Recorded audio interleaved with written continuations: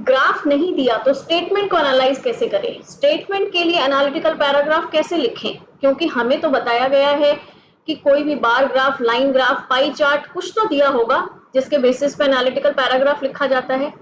लेकिन अगर आपने प्रीवियस ईयर के क्वेश्चंस पेपर्स को ध्यान से देखा होगा तो आपको पता लगेगा कि analytical paragraph based on statistical data के चॉइस में एक और क्वेश्चन आता है जहां पर एक स्टेटमेंट दी होती है और आपको उस स्टेटमेंट को एनालाइज करना होता है। जब आप एनालाइज करोगे तो जो पैराग्राफ आप लिखोगे वो एनालिटिकल पैराग्राफ ही कहलाएगा। उसे हम एक्सर्प्ट एनालिसिस भी कह सकते हैं। तो स्वागत है आप सभी का होमवर्क हेल्प बाय आरजी पर। और आज हम यहाँ स्क्रैच से डिस्कस करने वाले हैं कि जब आपको कोई स्टेटमेंट दी होती है तो उसके बेसिस पर आप 100 से 120 शब्दों का पैराग्राफ कैसे बनाएंगे। ये एक कॉम्पिटेंसी बेस्ड क्वेश्चन होने वाला है जिसका टॉपिक है क्लासरूम डिस्कशंस, और ये क्वेश्चन हमने सीबीएसई के स्टडी मटेरियल से ही लिया है। चलिए, क्वेश्चन बताने से पहले आप देख रहे हैं कि सामने टीचर बैठी हुई है और वो कुछ सवाल पूछ रही है। केवल 2 बच्चों ने हैंड रेस किया है, एक बच्चा आराम से बैठा है, यानी कि वो पार्टिसिपेट नहीं कर रहा है। तो हम क्या कह सकते हैं, some students do not participate in classroom discussions. क्यों नहीं करते हैं वो बच्चे?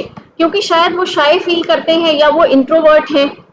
तो ऐसे बच्चों को आगे लाने के लिए क्या किया जा सकता है? Can we allocate extra points to boost their participation? Yes, of course it can be done. ये अभी किसी कंक्लूजन पे मत आइए आप, क्योंकि ये ही हमारा आज का क्वेश्चन है।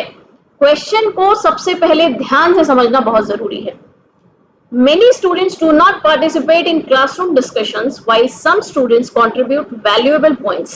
The curriculum should allot extra points to those who take active participation in the class so that students get motivated to share in discussions. अब जो ये बच्चे पार्टिसिपेट नहीं कर रहे हैं, इनको आगे लाने के लिए ये एक प्रपोजल रखा गया है कि जो बच्चे सही तरीके से पार्टिसिपेट कर रहे हैं उन्हें कुछ एक्स्ट्रा पॉइंट या एक्स्ट्रा मार्क्स दिए जाएं। ठीक है, ये स्टेटमेंट है। अब इसके बारे में आप क्या सोचते हैं? यहाँ से हमारी 2 सोच निकल सकती हैं। 2 स्टूडेंट्स हैं, राम और श्याम। राम कहेगा कि हाँ, बहुत अच्छा तरीका है, इससे जो बच्चे पार्टिसिपेट नहीं कर रहे थे मजबूरी में उन्हें करना ही पड़ेगा और वो इस तरीके से आगे आएंगे। श्याम कह रहा है कि नहीं, ये बड़ा बेकार तरीका है, इससे तो जो बच्चे पहले से पार्टिसिपेट कर रहे थे वो और ज्यादा चढ़ चढ़क कर आगे आएंगे और हमारे जैसे शाय बच्चे तो पीछे ही रह जाएंगे। तो अब ये दोनों ही में से जो भी आपको ठीक लग रहा है आप उसको लिख सकते हैं। इसी चीज को कहा जाता है एक्सर्प्ट एनालिसिस। ये स्टेटमेंट या एक्सर्प्ट आपको दिया है, इसको आपको एनालाइज करना है और अपने विचार पेश करने हैं। नीचे वाली लाइन को समझते हैं। Analyse this statement in 100 to 120 words giving rational और एविडेंस।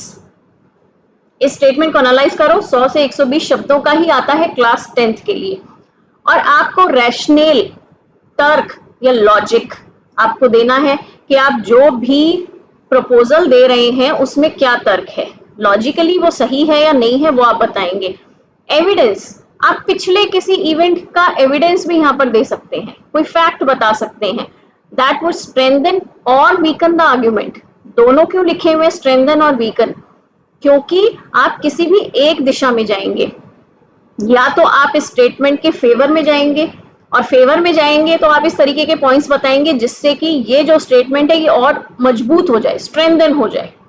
या फिर आप इसके अगेंस्ट में जाएंगे, और जब आप अगेंस्ट में जाएंगे तो आप इस तरीके के पॉइंट्स वहां पर लिखेंगे जिससे कि ये स्टेटमेंट कमजोर पड़ जाए। क्या कमजोर पड़ जाए?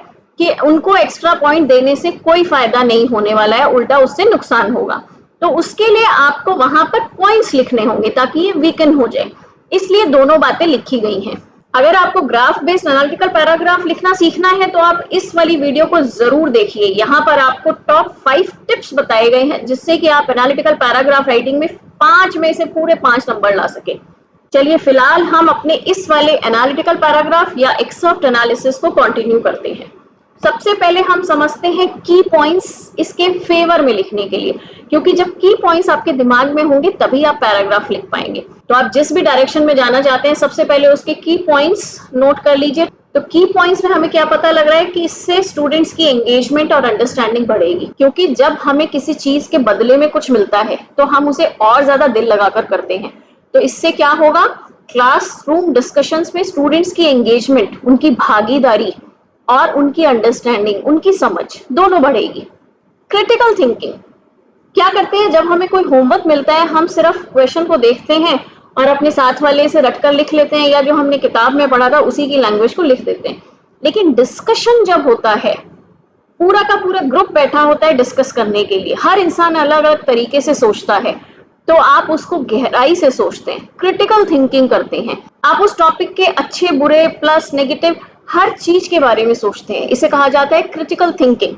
फिर आ गया प्रॉब्लम सॉल्विंग स्किल्स। अब जब इस तरीके से होगा, जब बच्चे उसमें एक्टिवली पार्टिसिपेट करेंगे, अच्छे से मन से उसमें भाग लेंगे, तो फिर उनकी प्रॉब्लम सॉल्विंग स्किल्स इंप्रूव होंगी, टीम वर्क बढ़ेगा, सब लोग मिलकर काम कर रहे हैं। कई लोग ऐसे होते हैं किसी दूसरे के साथ काम नहीं कर सकते, बहुत जल्दी चिड़चिड़े हो जाते हैं, कोई दूसरा बीच में बोल रहा है, इंटरप्ट कर रहा है, तो उन्हें गुस्सा आ जाता है। तो अपने गुस्से पर काबू करना आएगा, टीम वर्क करना आएगा आपको।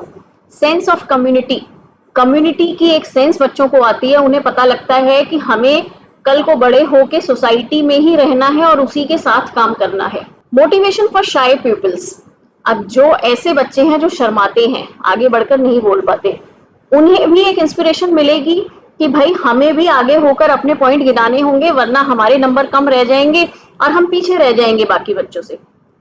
इंक्लूसिव लर्निंग, इंक्लूसिव लर्निंग का मतलब है अच्छे से घुल मिल कर बच्चे उस टॉपिक को सीखेंगे और एक प्लेफुल वे में सीखेंगे। तो ये बहुत सारे पॉइंट्स मैंने आपको यहाँ पर दे दिए हैं। अब इसका जो आंसर है वो आपको पूरा का पूरा खुद लिखना पड़ेगा, डरिए मत। इसका पूरा आंसर आपको ssout.com पर मिल जाएगा, जिसका लिंक मैं डिस्क्रिप्शन में छोड़ रही हूँ। अब इसका जो मुश्किल वाला पार्ट है, कौन सा, अगेंस्ट वाला, वो मैं आपको पूरा का पूरा यहाँ पर कर दिखाऊंगी, क्योंकि अगेंस्ट वाले पॉइंट बहुत कम है और जल्दी से आपके दिमाग में भी नहीं आने वाले हैं।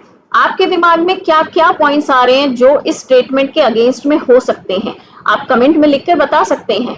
अब इसके अगेंस्ट में क्या हो सकता है? सबसे पहला पॉइंट तो यही होगा कि जो कमजोर बच्चे हैं ना, वो सबसे पहले यही कहेंगे कि it will help naturally confident and outgoing students. और जो बच्चे थोड़े इंट्रोवर्ट हैं, थोड़ा हेजिटेट करते हैं, आगे आकर बोल नहीं पाते हैं, वो अभी भी पीछे ही रह जाएंगे। तीसरा पॉइंट हो सकता है कि अनइवन डिस्ट्रीब्यूशन ऑफ मार्क्स। देखिए, अब जो मोर कॉन्फिडेंट बच्चे हैं वो तो आगे होकर मैम मैं बताऊं, मैम मैं बताऊं, वो आगे करके जल्दी जल्दी सब कुछ बता देंगे और उनको ज्यादा मार्क्स मिल जाएंगे।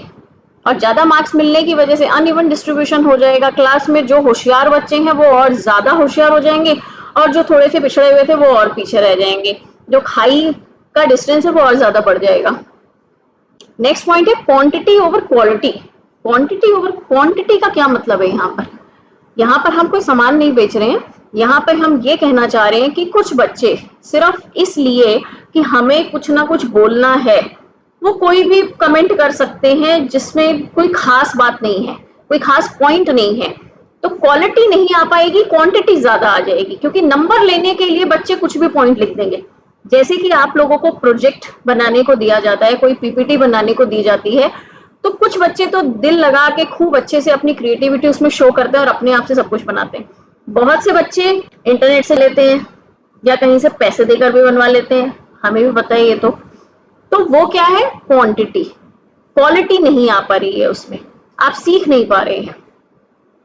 नेक्स्ट पॉइंट है टीचिंग स्टाइल मैटर्स। अब ये जो एक्टिव पार्टिसिपेशन है, चलो ठीक है, हम कह दें कि सारे के सारे बच्चे कॉन्फिडेंट हैं, लेकिन टीचिंग स्टाइल बहुत मैटर करता है, बहुत फर्क लाता है। एक समझदार टीचर क्या करेगा? जो कॉन्फिडेंट बच्चे हैं उन्हें वो समझ जाता है कि इस बच्चे को सब कुछ आता है और ये आगे होकर जवाब भी दे देता है, तो वो क्या करता है, आगे वाले बच्चों को थोड़ा सा देर चुप कराकर पीछे वाले बच्चे से भी पूछने की कोशिश करता है, उसको उसके कंफर्ट जोन में लाता है ताकि वो बच्चा भी बोल सके।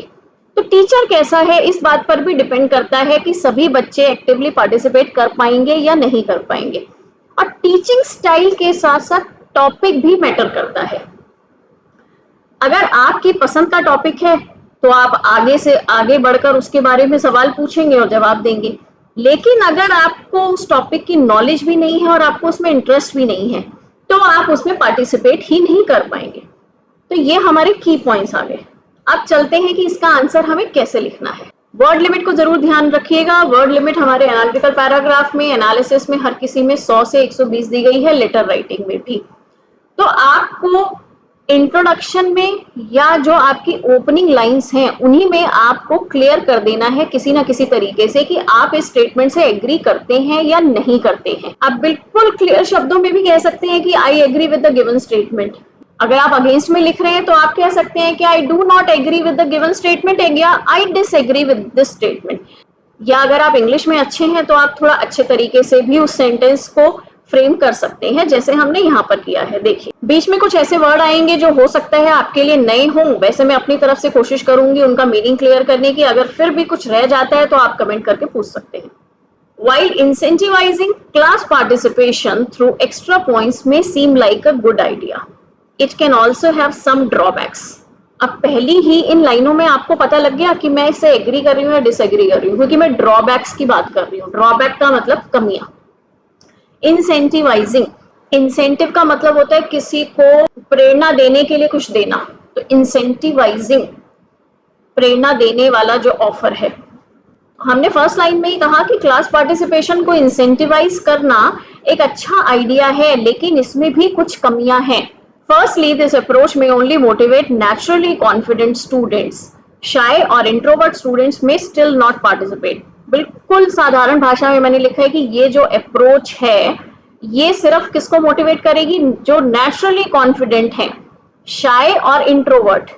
एक्सट्रोवर्ट होता है जो आगे से आगे आकर बोलते हैं, और इंट्रोवर्ट उसका ऑपोजिट, जो बच्चे शर्मीले होते हैं, अपनी बात को बाहर नहीं कह पाते। तो शाय और introvert students may still not participate. May का हम यूज कर रहे हैं कि वो शायद तब भी पार्टिसिपेट नहीं कर पाएंगे। उससे क्या होगा, this could lead to an uneven distribution, असमान डिस्ट्रीब्यूशन हो जाएगा ग्रेडिंग सिस्टम में। सेकेंडली, ये जो हम इस तरीके से जब करते हैं अपने आंसर में फर्स्टली, सेकेंडली, थर्डली, फाइनली, ये लिखने से टीचर को पता लग जाता है कि बच्चे ने कितने पॉइंट्स लिखे हैं। तो अगर आप इस तरीके की लैंग्वेज लिखते हैं, secondly, additionally, finally, to conclude, जो मैंने आपको पहले भी बताया हुआ है कि एनालिटिकल पैराग्राफ लिखते हुए आपको इस तरीके की फंक्शनल लैंग्वेज का इस्तेमाल करना होता है, वो आप इस वाली वीडियो में देख सकते हैं। Secondly, students may feel pressured to contribute to discussions simply to earn points rather than offering thoughtful and insightful comments. अब बच्चों के ऊपर एक प्रेशर रहेगा, जो थोड़े एवरेज या कमजोर बच्चे होते हैं, जब इस तरीके की नई चीज आती है तो उनके ऊपर बड़ा प्रेशर आ जाता है कि भाई पॉइंट तो लेने ही हैं, लेकिन कैसे बोले, डिस्कशन में हमारे पास कंटेंट नहीं है या हम बोल नहीं पा रहे। तो इसलिए कई बार वो प्रॉपर तरीके से रिसर्च किए बिना ही लेस थॉटफुल कमेंट कर सकते हैं। This could hinder the quality of discussions and diminish the learning experience for all students. उससे क्या होगा, हिंडर मतलब रोकना, तो इससे जो डिस्कशन जिस पर्पज से किया जा रहा है कि बच्चे कुछ सीख कर निकले, उसकी क्वालिटी थोड़ी कम हो जाती है। Finally, the effectiveness of classroom discussions in promoting learning outcomes can very depending on the subject matter and the instructors teaching style. जो मैंने आपको बताया था कि क्लासरूम डिस्कशंस की इफेक्टिवनेस, उसकी जो क्षमता है प्रभावित करने की, वो किस बात पर डिपेंड करती है, सब्जेक्ट मैटर पर और इंस्ट्रक्टर के टीचिंग स्टाइल पर। So allocating extra points for participation may not be appropriate or effective in all context.